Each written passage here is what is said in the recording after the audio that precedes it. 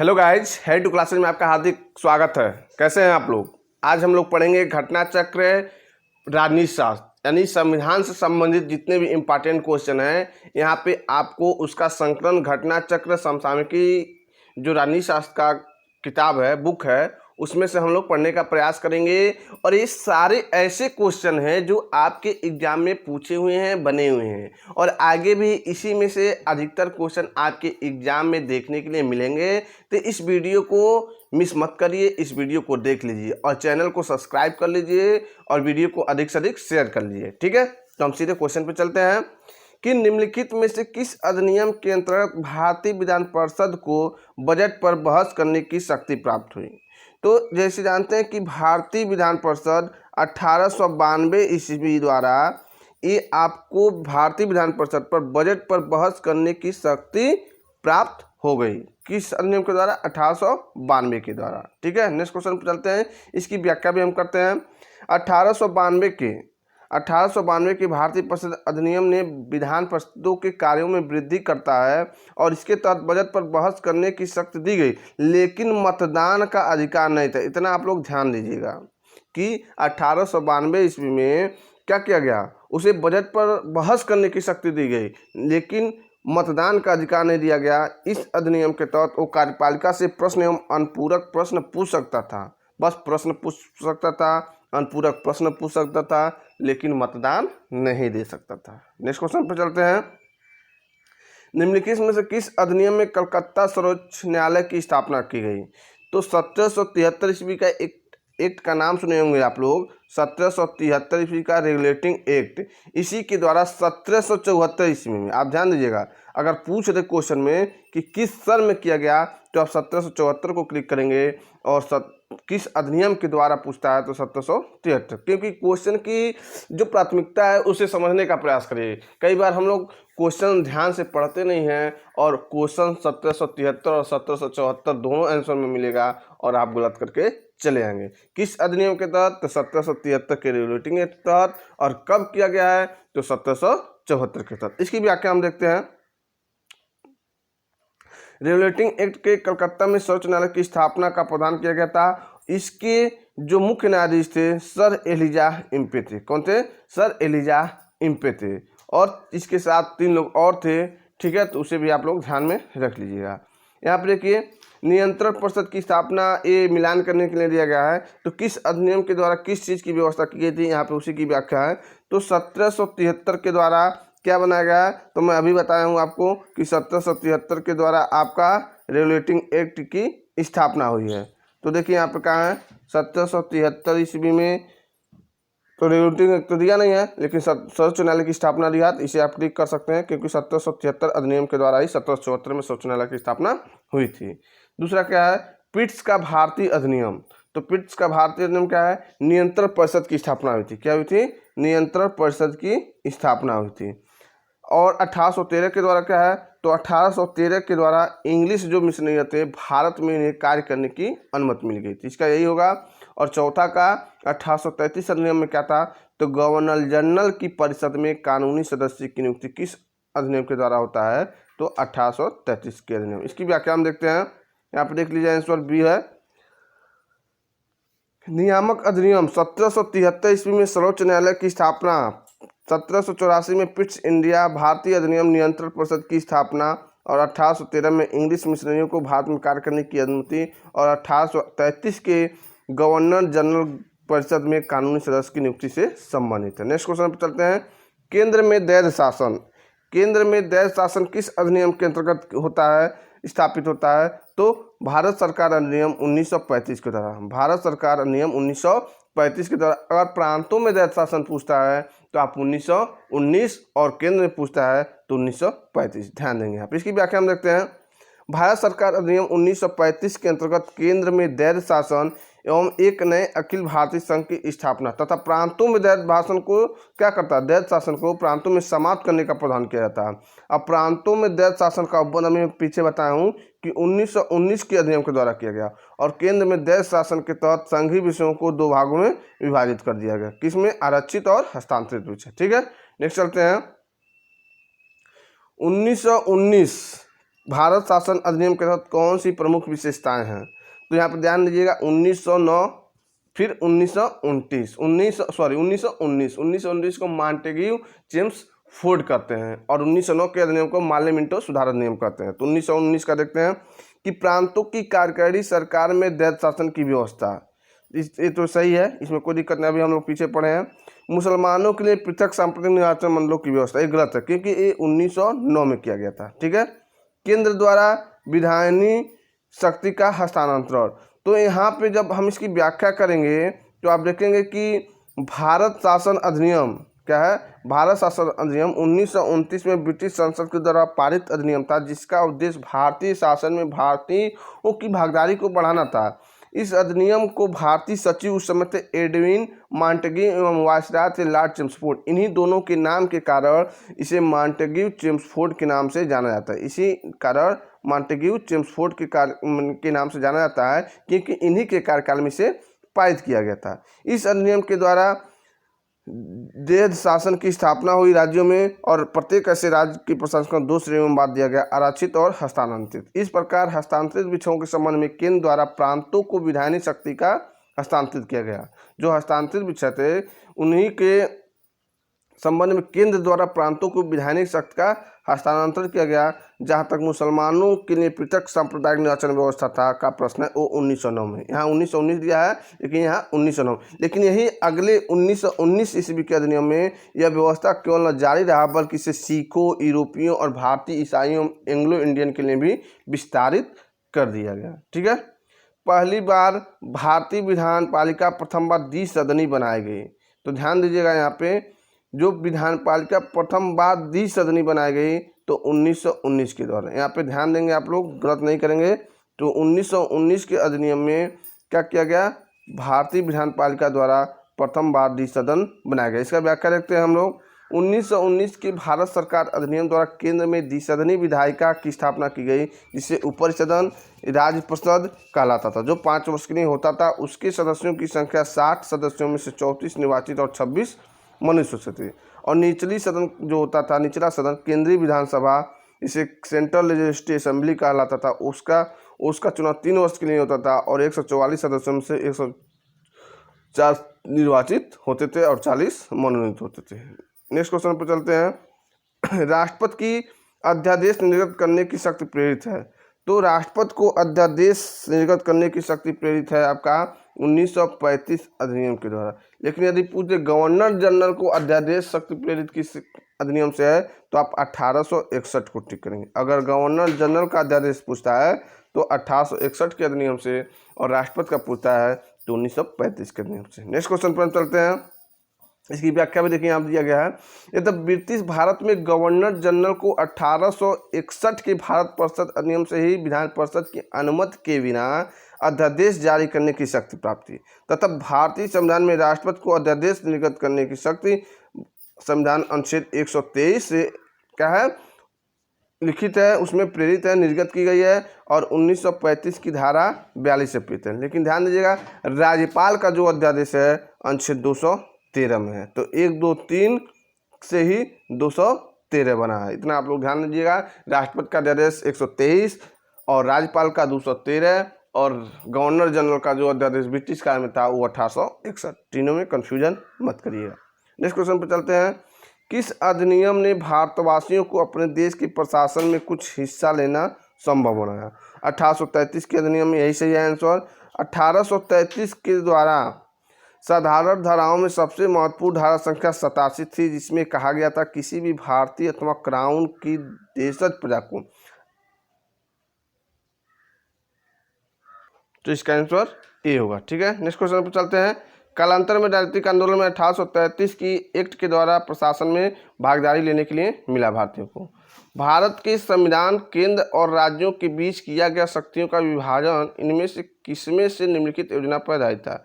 तो भारत के संविधान में जो केंद्र और राज्यों के बीच शक्तियों का विभाजन किया गया है तो 1935 के अधिनियम के द्वारा किया गया। आप जानते हैं कि 1935 के अधिनियम से भारत में बहुत सारे नियमों और कानूनों को हमारे संविधान में सम्मिलित किया गया, और केंद्र और राज्यों की जो शक्तियों का विभाजन है वो भी कहाँ से लिया गया है, तो किस अधिनियम से लिया गया है? 1935 के अधिनियम से लिया गया। इसकी व्याख्या हम करते हैं। ब्रिटिश शासन के दौरान 1935 का भारत शासन अधिनियम पारित किया गया था, जिसमें केंद्र और राज्यों के बीच शक्तियों का बंटवारा किया गया था तथा राज्यों में दैध शासन समाप्त कर केंद्र में दैध शासन को लागू किया गया था। इसमें एकीकृत भारतीय संघ के निर्माण का प्रावधान रखा गया, जिसके अंतर्गत ब्रिटिश भारत एवं देशी रियासत से मिलकर भारतीय संघ का निर्माण किया जाना था तथा रियासतों की अनिच्छा के कारण इस संघ का निर्माण नहीं किया जा सका। अखिल भारतीय महासंघ स्थापित करने का प्रावधान शामिल किस अधिनियम के द्वारा था? तो 1935 अधिनियम के द्वारा, लेकिन ये लागू नहीं हो सका। यूपीएससी मेंस में पूछा है, यूपीपीसीएस मेंस में ये देखिए बना तो था, मतलब प्रस्ताव रखा गया था, लेकिन ये लागू नहीं पाया। देखिए यहाँ लिखा है व्याख्या में, भारत सरकार ने 1935 में एक अखिल भारतीय महासंघ स्थापित करने का प्रावधान शामिल किया गया था, लेकिन इस संघ का निर्माण तत्कालीन ब्रिटिश भारतीय के प्रांतीय चीफ कमिश्नर प्रांतों एवं देश रियासतों से मिलकर होना था, परंतु यह व्यवस्था लागू नहीं हो सकी। नेक्स्ट क्वेश्चन पर चलते हैं। निम्नलिखित में से किस एक अधिनियम ने भारत में संघीय शासन की व्यवस्था दी थी? तो संघीय शासन की व्यवस्था स्वाभाविक रूप है कि 1935 ईस्वी के अधिनियम से लिया गया था। भारत सरकार ने 1935 के अधिनियम, और किस देश से संघीय शासन व्यवस्था ली गई है? तो कनाडा से लिया गया। इसे भी आप दिमाग में रखिएगा, ठीक है। नेक्स्ट क्वेश्चन पर चलते हैं। 1935 के अधिनियम द्वारा स्थापित संघ में अवशेष शक्तियां किसको प्राप्त है? तो 1935 ईस्वी के अधिनियम द्वारा स्थापित संघ में अवशेष शक्तियां गवर्नर जनरल को था, क्योंकि उस समय राष्ट्रपति पद की व्यवस्था 1935 में थी नहीं, तो उसके हिसाब से गवर्नर जनरल को 1935 के अधिनियम द्वारा अवशेष शक्तियां प्रदान की गई थी। नेक्स्ट क्वेश्चन चलते हैं कि निम्नलिखित में से कौन सा भारत शासन अधिनियम 1935 में स्वीकार हुआ और स्व महत्वपूर्ण और स्थायी अवय नहीं है? तो कह रहा है कि 1935 में स्वीकार किया, लेकिन वो स्थायी और अवय नहीं है। तो निम्नलिखित में से देश के लिए लिखित संविधान, विधानमंडल के लिए निर्वाचित एवं जवाबदेह प्रतिनिधि, एक संघ की योजना पर विचार, विधानमंडल के लिए सरकारी सदस्यों का समावेशित।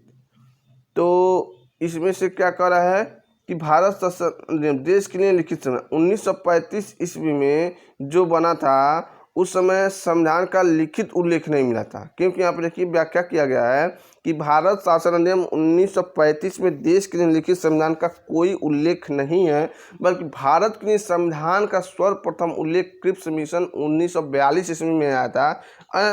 3 विकल्प भारत शासन ने 1935 में ही समाहित थे। क्या कहते हैं? विधानमंडल के लिए निर्वाचित एवं जवाबदेह प्रतिनिधि, एक संघ की सरकार पर विचार या योजना पर विचार, विधानमंडल के लिए सरकारी सदस्यों की समायोजित किया जाना। तो यहाँ पे ध्यान रखिएगा, देश के लिए लिखित संविधान 1935 के अधिनियम में नहीं था।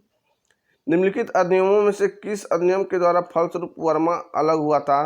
तो 1935 के अधिनियम द्वारा। किस अधिनियम के द्वारा? 1935 अधिनियम के द्वारा भारत से वर्मा अलग हुआ था। इसकी व्याख्या हम देखते हैं। गवर्नमेंट ऑफ इंडिया 1935 के प्रावधानों के अनुसार 1935 के अधिनियम द्वारा 1937 ईस्वी में वर्मा भारत से अलग हुआ था। एक निर्वाचित संविधान सभा द्वारा भारत के संविधान के निर्माण करने का प्रस्ताव किया गया था। तो एक निर्वाचित के रूप में क्रिप्स मिशन द्वारा, क्रिप्स मिशन 1942 ईस्वी में आया था। इसमें कितने सदस्य थे? इसके अध्यक्ष कौन थे? सर स्टीफेन क्रिप्स के नाम के कारण इसे क्रिप्स मिशन के नाम से जाना जाता है। वो जो कैबिनेट मिशन है उसकी बात में सदस्य की बात हूँ कर रहा था, दिमाग से उतर गया, इसे आप लोग ध्यान रखिएगा। भारत में उपनिवेशी शासन के संदर्भ में 1883 में इल्बर्ट बिल का उद्देश्य था। तो सबसे पहले तो आप ये जानिए कि उस समय पूछेगा कि इल्बर्ट बिल विवाद के समय गवर्नर जनरल कौन था? तो उस समय गवर्नर जनरल था आपका लॉर्ड रिपन। कौन था? लॉर्ड रिपन था। और 1876 से 80 ईस्वी तक लॉर्ड लिटन था, और 80 से 84 कौन था? Lord Ripon. फिर एक बार मैं रिवीजन कर दे रहा हूँ।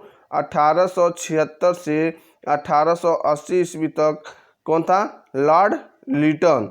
और 1876 से 1880 तक ये था, और 1880 से 1884 ईस्वी तक आपका रिपन था। तो रिपन के काल में ही इल्बर्ट बिल आया था। और इल्बर्ट बिल क्या था? यहाँ पे पहला आंसर सही है। जहाँ तक अदालतों की दांडिक अधिकारिता का संबंध था, भारतीय तथा यूरोपीय लोगों को बराबरी पर रोकना था। कहने का तात्पर्य है कि इल्बर्ट बिल ये था कि जो गोरे होते थे, जो काले होते थे, तो उनको यूरोपीय मुकदमों पे भारतीयों को सुनने का अवसर नहीं दिया जाता था, इसलिए ये विवाद उत्पन्न हुआ था और इसे 1883 ईस्वी में लॉर्ड रिपन के शासनकाल में ये शुरू हुआ था। देखिए यहाँ पे व्याख्या में लिखा भी गया है कि 1883 ईस्वी में लॉर्ड रिपन ने एक विधेयक का प्रस्ताव किया जिसे इल्बर्ट बिल कहा गया और इस प्रावधानों के तहत भारतीय मजिस्ट्रेट भारत में बसे यूरोपीय अधिकारियों के मुकदमे को भी सुनवाई कर सकते। इस प्रकार इस विधेयक का उद्देश्य अदालत की दंडिक अधिकारिता के संबंध में भारतीय तथा यूरोपीय की बराबरी पर लाना था। कैबिनेट मिशन योजना के अंतर्गत संविधान निर्मात्री परिषद में प्रत्येक प्रांतों को आवंटित सदस्य संख्या निर्धारित करने के लिए प्रतिनिधि थी। तो आप जानते होंगे 10 लाख, इसमें कोई शक नहीं है। भारतीय संविधान सभा का गठन कब किया गया? तो भारतीय संविधान सभा का गठन किस मिशन के द्वारा किया गया था? तो कैबिनेट मिशन 1946 के द्वारा आपका संविधान सभा का गठन किया गया था। ठीक है, देख सकते हैं 1946 में निर्मित अंतरिम सरकार में कार्यपालिका परिषद के उपसभापति कौन थे? तो 1946 ईस्वी में जो अंतरिम सरकार था उसमें कार्यपालिका परिषद के उपसभापति जो थे पंडित जवाहरलाल नेहरू थे। 24 अगस्त 1946 ईस्वी को 24 अगस्त 1946 ईस्वी को अंतरिम राष्ट्रीय सरकार की घोषणा होती है और 2 सितंबर 1946 को कार्यभार संभालेगी और वायसराय इसके कार्यपालिका परिषद के पदेन अध्यक्ष होते हैं और जवाहरलाल नेहरू उसके क्या होते हैं? उपाध्यक्ष या उपसभापति होते हैं। निम्नलिखित में से कौन सा अगस्त 1946 में गठित प्रथम अंतरिम राष्ट्रीय सरकार का सदस्य नहीं था? तो राजगोपालाचारी, डॉक्टर राजेंद्र प्रसाद, जगजीवन राम। तो डॉक्टर एस राधाकृष्णन जो थे 1946 ईस्वी में इस राष्ट्रीय सरकार अंतिम सरकार के सदस्य नहीं थे। डॉक्टर राजेंद्र प्रसाद थे एक खाद्य एवं खाद्य से संबंधित मंत्री थे। ठीक है, तो इनकी मंत्रियों का भी मैं एक बार वीडियो लाऊंगा, अभी आगे हम हो सकता मिल भी जाए, तो देख लीजिए पहले। तो कौन नहीं थे? तो डॉक्टर राधाकृष्णन थे। कैबिनेट मिशन योजना के आधार पर 24 अगस्त 1946 की घोषणा हुई और 2 सितंबर 1946 ईस्वी को अंतिम सरकार का गठन किया। इसमें सी राजगोपालाचारी जो थे शिक्षा मंत्री थे। क्या थे? सी राजगोपालाचारी जो थे वो शिक्षा मंत्री थे और राजेंद्र प्रसाद जी थे खाद्य एवं कृषि मंत्री थे और जगजीवन राम जो थे श्रम मंत्री थे। तो एक कोड से याद कर सकते हैं आप लोग। राजगोपालाचारी क्या थे? तो याद करने की नहीं है, राज जो जिसके पास शिक्षा रहेगा वो दुनिया पे राज करेगा और शिक्षा नहीं है आपके पास तो आप दुनिया पे राज नहीं कर सकते। बस मैं कोलेट कर रहा हूँ कि आपको भूले ना। तो 1946 ईस्वी में अगर शिक्षा मंत्री पूछता है 1946 में तो राज करेगा कौन? जो शिक्षा। तो शिक्षा मंत्री आप आसानी से कर सकते हैं। और डॉक्टर राजेंद्र प्रसाद एक खाद्य एवं कृषि मंत्री 1946 के भी अंतरिम सरकार में रहते हैं और 1947 के भी अंतरिम सरकार में रहते हैं। और जगजीवन राम में क्या रहते हैं? श्रम मंत्री। ठीक है, तो जीवन कैसे चलेगा? राम भरोसे नहीं चलेगा। जीवन राम भरोसे नहीं चलेगा, आपको श्रम करना पड़ेगा, परिश्रम करना पड़ेगा। इसलिए आप ऐसे कोलेट करके पढ़ सकते हैं। और डॉक्टर एस राधाकृष्णन इस प्रथम अंतरिम राष्ट्रीय सरकार के सदस्य नहीं थे। जो राधाकृष्णन थे वो क्या थे? नहीं थे, ये भारत के क्या थे? पहले उपराष्ट्रपति थे। भारत के पहले उपराष्ट्रपति थे। नेक्स्ट क्वेश्चन पर चलते हैं। बेबल योजना के अनुसार कार्यकारी परिषद में हिंदू और मुस्लिम सदस्यों की संख्या समान होती थी। बेबल का विचार था कि ऐसा व्यवस्था से भारत का बंटवारा से बच सकता है। तो देखिए यहाँ पे कि बेबल योजना के अनुसार कार्यकारी परिषदों में हिंदू और मुस्लिम सदस्यों की संख्या समान होती थी। तो जो बेबल योजना 1900 किस में हुआ था? 43-44 में हुआ था। तो इसमें जो हिंदू और मुस्लिम की संख्या थी समान बताया गया है और बेबल का विचार थी ऐसी व्यवस्था से भारत का बंटवारा बच सकता है। लेकिन ऐसा नहीं है, ये सही है और आर गलत लग रहा है।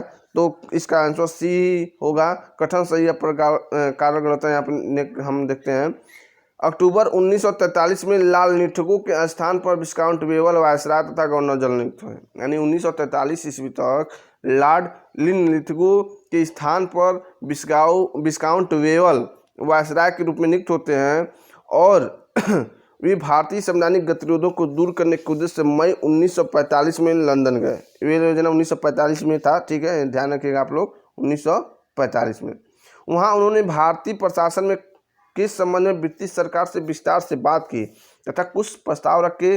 जून 1945 ईस्वी में उन प्रस्तावों को वेवेल योजना के नाम से जाना गया। वही व्याख्या किया गया। संविधान की रचना हेतु संविधान सभा का विचार निम्नलिखित में से सर्वप्रथम किसने प्रस्तुत किया? तो स्वराज पार्टी का आप लोग नाम सुने होंगे। तो सर्वप्रथम स्वराज पार्टी ने संविधान सभा का विचार प्रस्तुत किया था। मई 1934 में रांची में गठित स्वराज पार्टी आत्मनिर्भर के अधिकार की मांग एवं प्रस्ताव पारित किया, जिसमें कहा गया कि वयस्क मताधिकार के आधार पर निर्वाचित भारतीय प्रतिनिधि एक संविधान सभा होगी। नेक्स्ट क्वेश्चन चलते हैं। निम्नलिखित में से कौन सा कथन संविधान सभा के विषय में सत्य नहीं है? वह वयस्क मताधिकार पर आधारित नहीं था, यह प्रत्यक्ष निर्वाचन परिणाम था, यही यहाँ पे गलत हो सकता है। वह बहुदलीय निकाय थी, उनमें से अनेक समितियाँ माध्यम से कार्य करती थी। तो इसमें से आप लोग ध्यान देंगे पहला तो गलत है, क्योंकि दूसरा तो एकदम गलत है, क्योंकि इन प्रत्यक्ष निर्वाचन नहीं अप्रत्यक्ष निर्वाचन पे हुआ था और वयस्क मताधिकार पे भी नहीं हुआ था। तो पहला और दूसरा गलत है। यहाँ पे वह बहुदलीय निकाय थी, क्योंकि बहुत सारे लोग के दल इसमें इकट्ठा हुए थे और अनेक समितियों के माध्यम से काम भी कर रहा था। इसके व्याख्या हम लोग देखते हैं। संविधान सभा के गठन के लिए राज्यों की विधानसभाओं का उपयोग निर्वाचक मंडल के रूप में किया गया। अतः संविधान सभा अप्रत्यक्ष रूप से निर्वाचन का परिणाम था। यह निर्वाचन प्रारंभिक राज्य विधानमंडलों का स्तर पर वयस्क मताधिकार प्रणाली द्वारा किया गया। संविधान सभा में अनेक दल के लोग शामिल थे। इस सभा ने अपने कार्यों का संचालन करने के लिए अनेक समितियों के गठन के AIS 2003 में क्वेश्चन बना हुआ। निम्नलिखित में से संविधान सभा के बारे में गलत कथन कौन सा है? इनमें संविधान सभा के बारे में इनमें बड़ी संख्या में समितियों की मदद से काम किया गया। उनमें प्रारूप समिति सबसे महत्वपूर्ण चीज सही है, कोई गलत नहीं है। अल्पसंख्यक समुदाय जैसे ईसाई, एंग्लो इंडियन, पारसियों को सभी पर्याप्त प्रतिनिधि दिया गया। इसका निर्वाचन सार्वभौम वयस्क मताधिकार के आधार पर किया गया, यही गलत है सी, क्योंकि सार्वभौम वयस्क मताधिकार के आधार पर नहीं किया गया। तो आंसर आपका सी सही हो जाएगा। भारत के संविधान का प्रारूप तैयार करने वाली संविधान सभा के सदस्यों को विभिन्न प्रांतों की विधानसभाओं द्वारा चुना गया। इसमें तो आप जानते होंगे, अगर थोड़ा सा इतिहास पढ़ेंगे तो इस क्वेश्चन को आप सॉल्व कर ले जाएंगे। यानी संविधान का प्रारूप तैयार करने वाली संविधान सभा के सदस्यों का जो चुनाव हुआ था विभिन्न प्रांतों की विधानसभा के चुनाव द्वारा किया गया था। भारतीय इतिहास के संदर्भ में प्रांतों से संविधान सभा के सदस्य उन प्रांतों के लोगों से सीधे निर्वाचित हुए थे। भारतीय राष्ट्रीय कांग्रेस मुस्लिम लीग द्वारा प्रांतीय विधानसभाओं द्वारा निर्वाचित हुए थे। ठीक है, नेक्स्ट क्वेश्चन पर चलते हैं। संविधान सभा में सदस्यों का चुनाव कैसे हुआ? तो संविधान सभा में सदस्यों का जो चुनाव हुआ था प्रांतीय विधानसभा के द्वारा हुआ था। संविधान सभा में चुने स्थायी अध्यक्ष कौन थे? जो 9 दिसंबर 1946 ईस्वी को जो अध्यक्ष बने थे वो डॉक्टर राजेंद्र प्रसाद बने थे। 9 दिसंबर को जब हुआ था तो अस्थायी अध्यक्ष क्या है? 9 दिसंबर 1946 ईस्वी को हुआ था तो स्थायी अध्यक्ष डॉक्टर सच्चिदानंद सिन्हा बने थे और 11 दिसंबर 1946 को हुआ था तो उस समय परमानेंट जो अध्यक्ष बने थे वो डॉक्टर राजेंद्र प्रसाद बने थे। इसकी व्याख्या हम लोग नीचे देखते हैं। 9 दिसंबर 1946 ईस्वी को संविधान सभा की प्रथम बैठक की अध्यक्षता में अस्थायी अध्यक्ष डॉक्टर सच्चिदानंद सिन्हा थे और 11 दिसंबर 1946 को भारतीय संविधान सभा में डॉक्टर राजेंद्र प्रसाद को निर्विरोध संविधान सभा के स्थायी का सदस्य के रूप में निर्वाचित किया गया। भारत की संविधान निर्मात्री सभा के अध्यक्ष कौन थे? तो भारत की संविधान निर्मात्री सभा के अध्यक्ष कौन थे? तो डॉक्टर राजेंद्र प्रसाद थे। स्वतंत्र भारत की संविधान सभा के अध्यक्ष कौन थे? तो डॉक्टर राजेंद्र। अस्थायी पूछेगा तो डॉक्टर सच्चिदानंद सिन्हा और ऐसे अध्यक्ष पूछता तो आप किसको क्लिक करेंगे? डॉक्टर राजेंद्र प्रसाद को। भारतीय संविधान सभा की स्थापना कब हुई थी? तो 9 दिसंबर 1946 ईस्वी को हुई थी। संविधान सभा का गठन कब हुआ था? तो 9 दिसंबर 1946 ईस्वी को। भारतीय संविधान सभा का प्रथम अधिवेशन कब हुआ था? तो 9 दिसंबर 1946 ईस्वी को। भारतीय संविधान सभा की पहली बैठक कब हुई थी? 9 दिसंबर 1946 ईस्वी को। संविधान सभा की प्रथम बैठक की अध्यक्षता किसने की? तो प्रथम का नाम ले लिया है तो इसलिए आप सच्चिदानंद सिन्हा को करेंगे, क्योंकि 9 दिसंबर को अस्थायी अध्यक्ष के रूप में सच्चिदानंद सिन्हा ही थे। इसको हम चलते हैं। भारत को एक संविधान देने की प्रस्ताव संविधान द्वारा पारित किया गया। तो 22 जनवरी 1947 ईस्वी को संविधान सभा द्वारा भारत को एक संविधान देने का उद्देश्य प्रस्ताव पारित किया गया। इस उद्देश्य प्रस्ताव पर संविधान ने 13 दिसंबर से 19 दिसंबर तक कुल 7 दिन तक विचार विमर्श किया गया। संविधान सभा के प्रमुख संविधान की प्रस्तावना का प्रस्ताव किसने रखा? तो जवाहरलाल नेहरू ने रखा था। संविधान सभा का सम्मुख संविधान की प्रस्तावना का प्रस्ताव पंडित जवाहरलाल नेहरू ने रखा था और उत्तराखंड के पीसीएस में इसमें पूछा गया 2006 में। तो वीडियो यदि आपको अच्छा लगा हो तो वीडियो को लाइक करिए, चैनल को सब्सक्राइब करिए और बगल में घंटी के निशान को दबा लीजिए और क्या करिए, वीडियो को अधिक से अधिक शेयर कर दीजिए। और इसके पहले का पार्ट आप नहीं देखे हैं तो जरूर देखिए, इतिहास मैंने घटना चक्र पढ़ा दिया। और ऐसे ही मैं आपको इतिहास पढ़नी चाहिए, यदि आप टीजीटी पीजीटी की तैयारी कर रहे हैं, वनडे एग्जाम की तैयारी कर रहे हैं, यूजीसी नेट की तैयारी कर रहे हैं, किसी भी एग्जाम की तैयारी कर रहे हैं, तो संविधान का क्वेश्चन और इतिहास क्वेश्चन हर एग्जाम में बनता है। इस वीडियो को देखना मत भूलिए और अपने दोस्तों में अधिक से अधिक शेयर करिए। दोस्तों जय हिंद, जय भारत।